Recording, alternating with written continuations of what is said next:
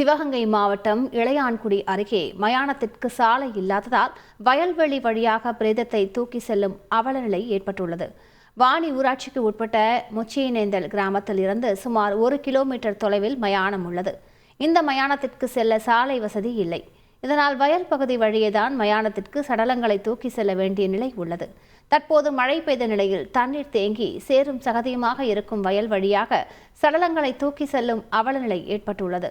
எனவே அரசு உரிய நடவடிக்கை எடுத்து பாதை ஏற்படுத்தி தர வேண்டும் என மக்கள் கோரிக்கை விடுத்திருக்கின்றனர்.